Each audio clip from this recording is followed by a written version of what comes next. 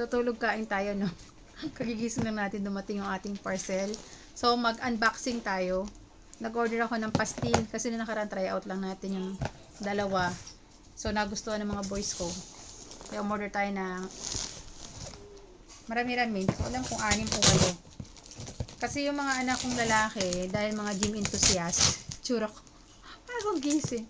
Dahil mga gym enthusiast sila, mahilig sila sa protein. So, dahil mahilig sila sa protein, pag may century tuna sa pantry, ubos. Kaya nakawawa naman sila, puro century tuna, itlog, no? Kasi pag hindi naman nagluluto ng chicken breast at saka ng mga kailangan nilang food, mga nagreklamo, naghahanap. Kaya order ako ng pastil. Umorder tayo ng 6 na spicy chicken pastil para yung ating mga boys. Kapag nagpapaluto ako ng sopa sa umaga, hindi ako problemado kasi wala silang ayaw nilang kainin yung mga sopas, pansit. Saka minsan kasi yung taga niluluto ko sa umaga. So naghahanap sila, no? Para hindi sila puro pritong itlog saka century tuna. Ito yung order natin, no? Spicy chicken pastil. Ilalagay na natin sa pantry natin itong ating stock. Nakalagay dito ang expiration nito hanggang December 2026, no?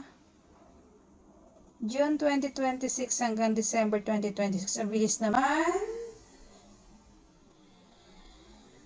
Kaya talagang order ako ng pressure cooker para yung gagawin kong kanin. Tumagal na mga 2 taon man lang, no? Kasi tulad neto,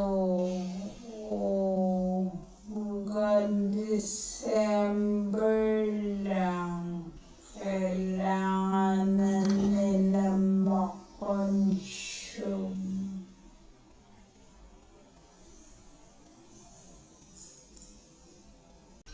Ayun, inayos na ni Wayne. Nasaan na?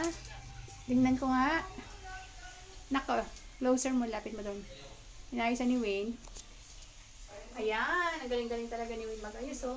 Ayun na yung stock niya na mga protein na chicken pastil and century tuna niya. Ay, ito yung aking pressure canner, yan, malaking box na yan. Tapos yung isang box naman sa kanan, yan naman yung aking mga bote, mga jars.